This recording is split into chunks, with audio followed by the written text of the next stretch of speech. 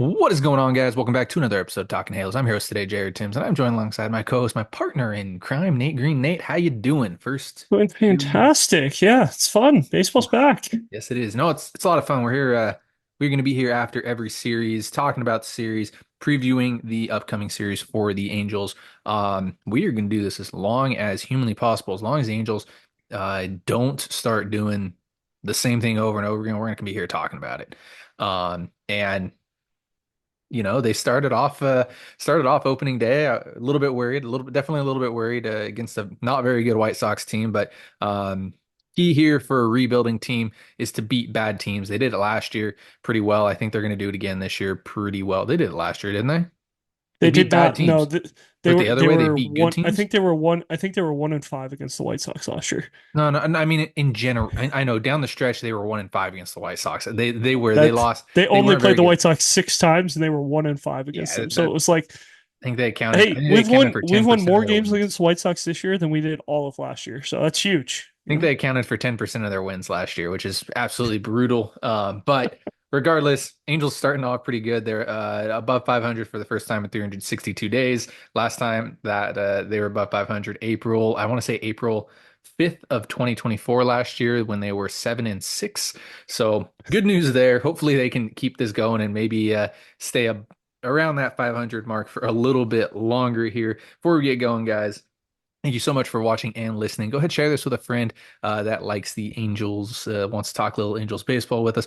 Drop a comment in the comment section down below if you're watching us on YouTube. Let us know how you feel about this White Sox series. Of course, the Angels take 2 of 3, which was awesome.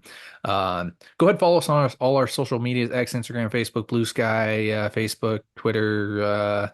Yeah, everything. Go ahead and follow us on all of our social medias. You can follow myself on X at Jared_Timms, Nate at Nate Green 34. Give us one second to pay these bills.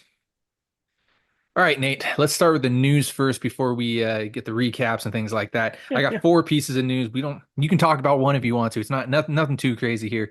Try to get the news out of the way and then go into recaps and preview the series. So, Sam Bachman on the 15-day IL TOS. What is it called?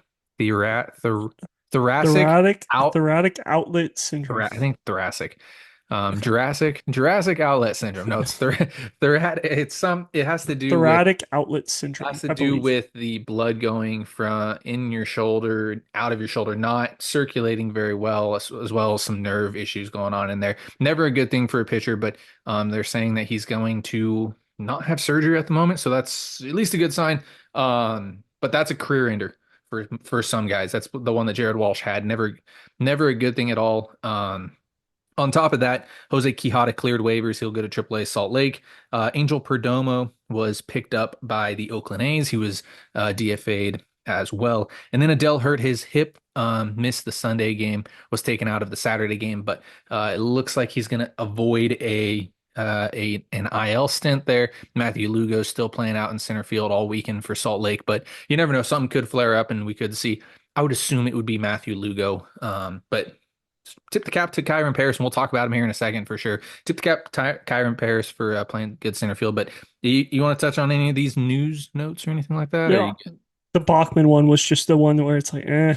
It's horrible, man. It's that's a tough one. Like, obviously, everyone's gonna point to like, oh, we could have taken other guys in that draft and things like that. But like, it sucks. Like that's literally the worst injury. Like TJ's better than this one. I'd rather have I TJ. haven't heard too many people try and straight rehab this one. Usually it's pretty much a surgery is guaranteed. So hopefully hopefully it's something different where they can make this thing it's not as extreme as other cases and hopefully you can get back to playing.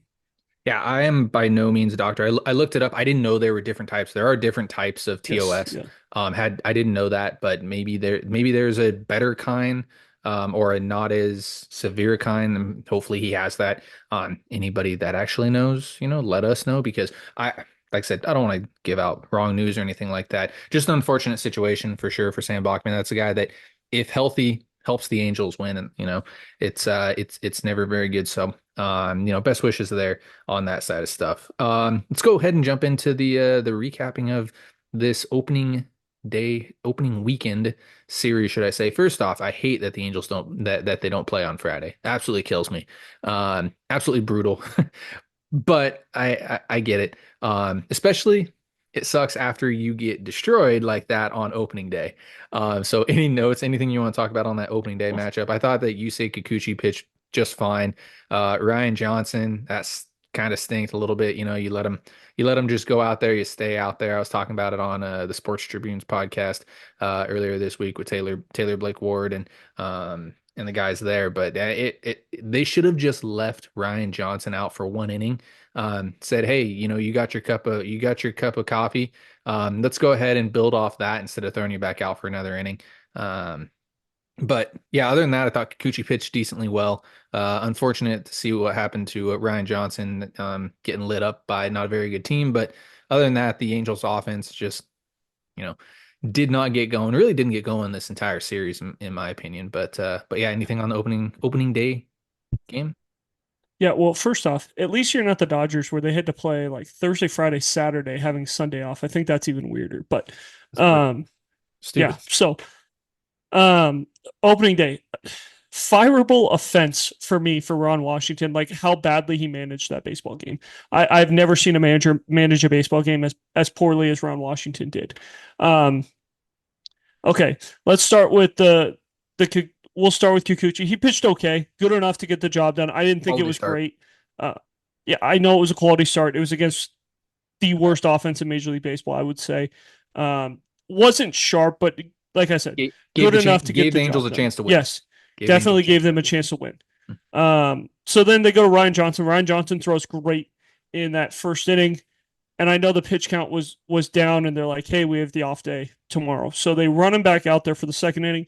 Probably wouldn't have ran him back out there, especially since it's his major league debut. You say, "Hey, great job." Let him feel super excited about a job well done, and maybe you can give him the ball again on Saturday or Sunday, depending on how things go. Instead, you run him back out there, and he gets himself into trouble. And what's the one thing that we have been talking trash about the Angels bullpen on the entire spring training? There's 100 lefties in the bullpen, right? There's 100 lefties in that bullpen, and you let him face Andrew Benintendi in a jam, first and second, one out. When you have 100 lefties in the bullpen, and you have the day off on Friday, it's like who cares on how many pitches guys throw? Like they're gonna be hot for Saturday. More often than not. Obviously if they get into that like, oh hey, he threw 30 plus pitches or whatever, maybe they're not hot for Saturday, but like 15, 20, like they're going to be hot for Saturday if you absolutely need them. So why is one of the lefties not available? Like that could have been a great spot for Garrett McDaniels to get a job done. Like, hey, another guy, like first major league appearance, get your feet wet again. Like, yeah, you're facing a lefty, get it done and move on. And then you just left him out there to dry. And it was like, what are we doing here? And then I don't know. I thought it was very weird to pinch hit for Jo Adell in that situation as well. He got hurt. Um, Oh no, he got hurt in the next game. Sorry. You're yeah, good. he was hurt in Saturday's game. Yep. So it's like you came out right before the end of spring training, said Jo Adell's our starting center fielder. He's going to play 5, 6 games a week is what Ron said. He was like, yeah, Paris is going to play once or twice and most likely one time in center field. So he's going to get like one off day a week. You come out and he's 0 for 3, or 1 for 3 on opening day. And you're like, you know what? Now's a really good time to pinch hit for him. There were a lot of guys to pinch hit for there. Like you could have hit for Tim Anderson hitting in the 5 hole. Why is he hitting fifth? We'll get to that in a second. Luis Rengifo, he's been a little banged up. He's 0 for 3 at the time. Like he was an option to hit for. You hit for Kevin Newman, who is supposedly your defensive guy. I don't know. I just thought it was a very, very poorly managed game. And then obviously opening day, you go to a position player. You have an off day the next day, and you're going to a position player on opening day. It's not like you're getting absolutely smoked where it's like, oh man, we're down by 15. Like this is really bad. It's an 8-1 game. Everyone is fresh. There is not one guy who is not fresh in game one. And you choose to go to a position player. Like I would have rather given the position player a chance to hit for Kevin Newman if we're going to do that. Like they'll hit for Kevin Newman. Like empty the bench, let them all pinch hit, like if that's what you want to go to. But like there were so many guys that you could have given that opportunity to. Like I said, Gary McDaniels would have been another guy, a guy to just give him a chance there. Like, yeah, you're down to 8-1, get your first out, get your first like inning in you or first appearance in you, and then move on. And like, hey, now I know what it's like to pitch in a real major league game. So I don't know. I thought it was very, very poorly managed, and obviously the Angels get destroyed, so it doesn't help that the Angels they lose 8-1 to a team that couldn't win baseball games last year. But very, very upset with how game one went. I thought both game two and game three were bullpen management wise was not very good either. Um, from that standpoint. I mean, so game two, Angels win 1-0. You saw the absolute gem by Jose Soriano. Goes seven Yep. innings, gives up 2 hits, strikes out five, 2 walks, 73 pitches, and you take him out. Very, Yep. very analytical move, which I'm okay with. If you're not, you don't want to let him face a team a third time 0-0 game. You bring in your star relievers, Joyce and Kinley to close that game out. I'm fine with that, but 73 pitches is when they took him out. I had him more that 80 to 85 pitch mark. I was like, maybe, hey, you run him back out there for another inning, or something like that. But regardless, Angels win 1-0. Big, that was, like I said, the story of this series definitely was the Angels pitching for sure. Very, very good pitching. The game three was when the bullpen management kind of got me just a little bit. You had to have known the rain was coming. You Yeah. take out Kahanowitz and you bring in Zephyrin, and then it starts pouring. It's like, why don't you just leave in Kahanowitz there, and then you bring in Zephyrin instead of bringing in Ben Joyce after it rains for 2 hours. I mean, you wasted Zephyrin for 2/3 of an inning, which is fine. You have 1/3. guys available. He only pitched a third of an inning. Yeah. He only got one out. I don't have the box score up now, but for me, this entire series very well pitched by the starting rotation. And actually, in general, uh, just one or two bad, actually, really just one bad inning of pitching for the Angels. The bullpen was very, very good. You're kind of seeing that the Angels are going to go. This is probably, in a sense, it's Zephyrin in the seventh, Joyce in the eighth, and Kinley in the ninth, and that's for the most part, I feel gonna be pretty locked down. Like not a lot of people are gonna be hitting Ben Joyce, and Kenley Jansen's one of the best closers of all time. You're gonna have some bumpy roads for sure with a bullpen. It's gonna be volatile and everything, but you kind of starting to see where that's going. Again, my thing, I get it. Opening day, you don't want to let your starter face the meat of the order a third, fourth time through. But I thought 73 pitches for Soriano. You could have probably let him go back out there. And then Kahanowitz threw 61 pitches, 69 pitches, 64. 64 64. pitches in 6 innings of work. I Six thought innings. Yeah. I thought you could have definitely let him go back out there, especially with the rain coming in. It's like just let him go back out there again. He was breezing through, like he was handling the White Sox, which is what good pitching staffs should do. And the Angels showed that they were, at least a competent pitching staff this weekend, handling this White Sox offense for sure, minus the one bad inning by Ryan Johnson and Nicky Lopez. But yeah, I mean, that would be my only complaint, minus the offense, because we haven't really talked about the offense. Yeah. We'll talk about And that. we're going to talk about the lineup configuration, because I do have some little issues with the lineup and things like that. But yeah, I thought the Angels pitched very well this series, taking 2 of 3. I thought that the bullpen management could have definitely been a little bit better. Um, but other than that, it's opening week. Not upset about winning 2 of 3. You got anything on the pitching side of stuff or the offensive side of stuff before we talk about the lineup?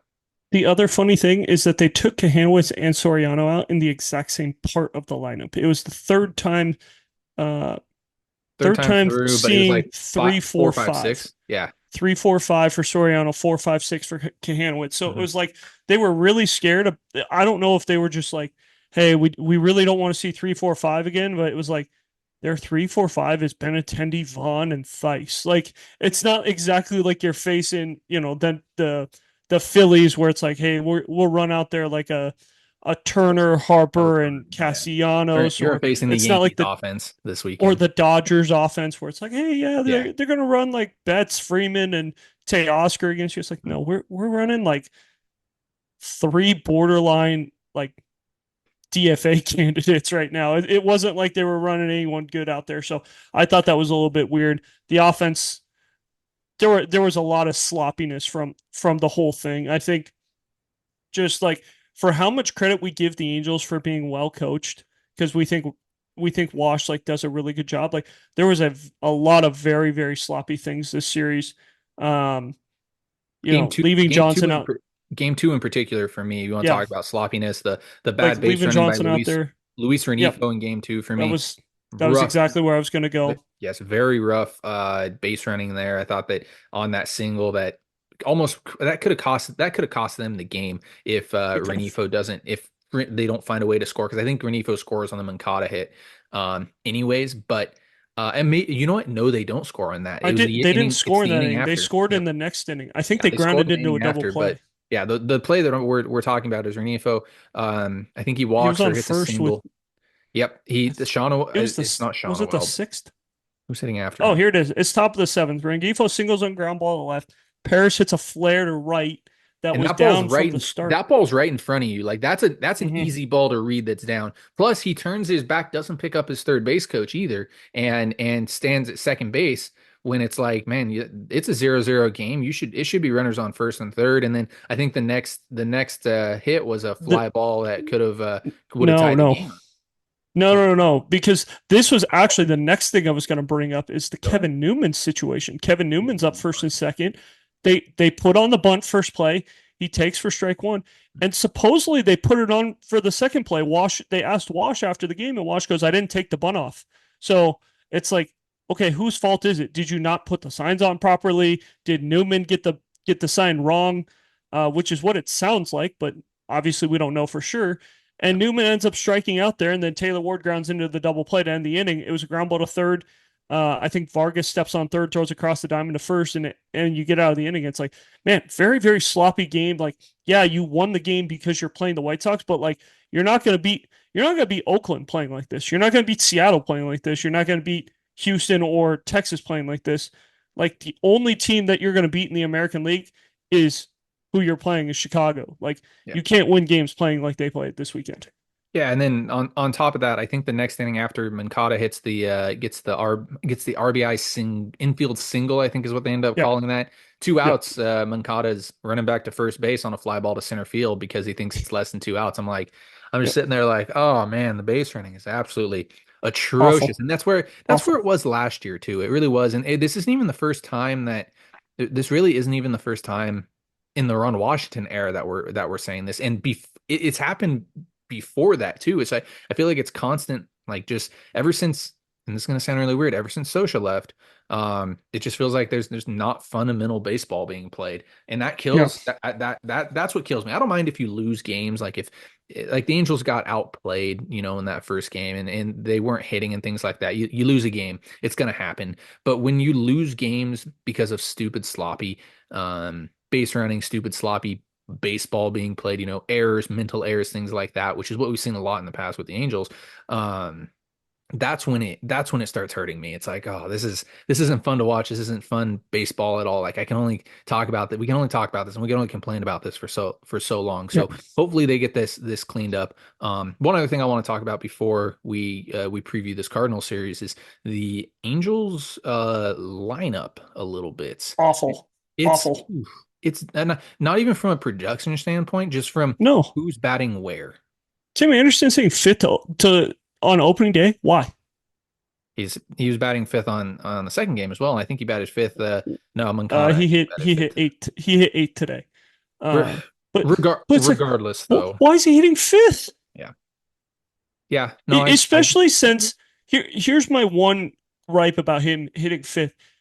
Ron Washington is running a 2000 and a 2000s offense right now is what it looks like. So he's got his best hitter hitting three. He's got his most power hitting four. He's got his contact guy hitting two. Like he is running a 2000s type of offense out there right now. Mhm. It's not a 2020 type of offense or whatever you want to say, the sabermetric type of offense where it's, hey, your best hitter hits two, your best on base guy hits one. It doesn't matter how much speed he has. Um, your power guy's hitting three if he's not your best hitter, and so on and so forth. And it's I don't know, it's a very bad way to write a lineup. And I don't know if it's Wash, I don't know if it's Perry, I don't know what's going on, but it's very, very awful the way that they have written this lineup up the first three games. Yeah, and you want to know what I would do, and I die on this hill every single season is Mike Trout batting leadoff. Like that's where it starts for me. You can start a game off, and it's not even just about that first at bat because obviously everything changes the second, third time through the order, but you want to get your best batter the most plate appearances during the season, and Mike Trout's one of your best batter in this lineup. And I that's what I want to do. And if he walks, then you start the game off with a runner on base, and all of a sudden you have, I'd probably put Taylor Ward sitting right behind him and Soler in the three hole. But I'm not upset about that if Trout gets on base and it's like, well, Taylor Ward, who is batting 333 to start the season off, and has some decent power and is going to put the bat on the ball, and then you have Soler who has some good power and is going to more than likely put the bat on the ball. And then once Zach Neto comes in, you can slot him in that two hole. And then I'd like to see Logan O'Hoppe a little higher up than where he is, or even d'Arnaud. I'm comfortable with that. And if Kyron Paris keeps hitting the way he does, I mean, I would almost try him in the one hole at some point because that's a good bat to have at the top of your lineup. But yeah, I you need something better than Tim Anderson or even Yohan Moncada behind Soler because Soler they're gonna pitch Jorge Soler very, very tough this entire season. And you're probably going to see a decrease in productivity because you don't have anybody behind him. So I would at least think about putting um, Joe Adell or Logan O'Hoppe, or I mean, if Kyron Paris is hot, Paris or somebody like that behind Soler because you got to kind of play that number five hole a little bit day by day to see who your hot hitter is because you need somebody to protect Jorge Soler or else he's not going to get anything to hit. And we're going to be talking about Soler having 10 home runs at the break and batting 200 because teams are just, pitching well to him and because there's nobody batting behind him. And everybody's going to be upset about the trade and everything like that. But yeah, that's where I stand with this. But getting Zach Neto healthy, that's a big step in the right direction too. For me, if you're not going to lead off Trout, which I know they won't lead off Trout, No. I'm okay with Ward hitting leadoff. I am okay with that. He gets on base. Um, Usually he's around that 330 clip, which is okay. I'm hitting Trout two. I'm hitting Soler three. I'm hitting O'Hoppe slash d'Arnaud four. And then you get into the hey, we're rolling a dice where with like that 5, 6, 7 range. I think if Paris is hitting fine, like I'm fine with him hitting fifth. If Rengifo's hot, I'm fine with him hitting fifth. I think Shanuel slots in that six range no matter what. For me, just because you're looking at a guy who's going to be able to. They say most of the time the five hitter or the six hitter leads off an inning, which is weird. So I would rather him lead off just because he's not going to hit for power. He's not that kind of guy. He's going to get on base. So hit him sixth. And then that's 7, 8, 9, you're rolling the dice with like Moncada 7, and then 8, 9, Newman or Parrish, depending on where he's at, and slash Adele or whatever. So that's kind of where I would be at. And I think it gives the Angels, obviously, when Neto comes back, it makes things way easier because then you just slot in O'Hoppe 4, Neto 5, and you just roll down that way. So I don't know. I don't love the way that this lineup is construed, and I know people are going to point to some things that this lineup has done this weekend, but like the White Sox pitching staff is not elite. This is a very bad pitching staff. They pitched very good this weekend. They ran out I like Sean. rookie of the I'll say year. this. I like Sean Burke. There's some upside there for sure. But other than that, there's not a lot there. But what was that? Like how many starts that guy have last year? Two? Yeah. No, I get it. I get it. The stuff Like wise, Burke looked very, very good. I'll say that. That's an but up and coming talent for sure. you're running a guy out there who's had two major league starts on opening day. Like and opening day is not an easy day to pitch on either. So you're running that guy out there. Um I get it. they were running Davis Martin out there today. It was like if you don't watch baseball, watch all the teams, you're going, who the heck is Davis Martin? Jonathan Cannon started for them last year. Uh, It's like, Yes. what are you running out here against us? And those guys are dominating, like dominating. Jonathan Cannon went 5 shutty against us yesterday. Yeah. Half the team, half the people don't know who the heck Jonathan Cannon is. Yeah. So, That's a cool thing. That's a cool thing about baseball, though. You never know. I mean, you come out and the pitcher has a well, good day. Same. when you have a bad team, yes. When you have a competent team, like you run out. Like, look at what San Diego did this weekend. One of my favorite things. They Atlanta runs out there a rookie catcher who doesn't throw that well, and San Diego absolutely abused him. Hmm? Tatis steals two, Machado steals one, Bogart steals one. Like, that's what good teams do to players that aren't MLB ready Yeah, or aren't MLB caliber. And it's like those are the type of things where you're looking for the Angels to just kind of put their foot down and be like, hey, we're gonna win this series and we're gonna put up 8, 9, 10 runs in a game. So yeah, obviously they won, super excited about it, but I just think that there are some things that need to be cleaned up. definitely. And let's get on to previewing this Cardinals series. When they play Monday, Tuesday, Wednesday of next week, had Thursday off, Yep. so we'll be back on either Wednesday night, Thursday night, talking about this series. But let's preview it real quick. And if you're watching us here on YouTube, play along with us. Tyler Anderson versus Miles Michaelis. Who do you got in that first series? St. Louis wins game one. I'm thinking football in my mind. St. Louis wins game one. Michaelis throws. I think Tyler Anderson will probably do what he normally does: throw his five and a third, 6 innings, give up 3 or 4 runs, and like keep the Angels in the game. I just don't know if the Angels are going to explode offensively against St. Louis in St. Louis. So that's my one worry there. Michaelis has been um, very the last couple of years, but he is a pro and he kind of knows how to pitch. So I think Cardinals get it done in game one. I'm going to say all three of these games. Right now, I'm going to say all three of these games kind of come down to bullpens. I think it's pretty evenly matched, pitching wise in a sense here. You can flip a coin at if Tyler Anderson's going to pitch better or if Miles Michaelis is going to pitch better here. So I think they're both going to probably give their 5, 6 innings, give up, 4 runs each, and it's going to come down to the bullpen. At some point, the Angels are going to have to throw Reed Detmers, and I think Reed Detmers is going to play a big part in this series here. Throwing multiple innings, probably I would guess in that second game, but yeah, I'll say this first game. I'm gonna say for some strange reason that the Cardinals walk off the Angels. I don't know how or when or where, but I think that Cardinals take game one. It's gonna come down to the bullpen for sure. So game two, Kyle Hendricks against Matthew Liberatore. What do you got? Angels win easy. I think this one is an easy one. I think they win like 7-1.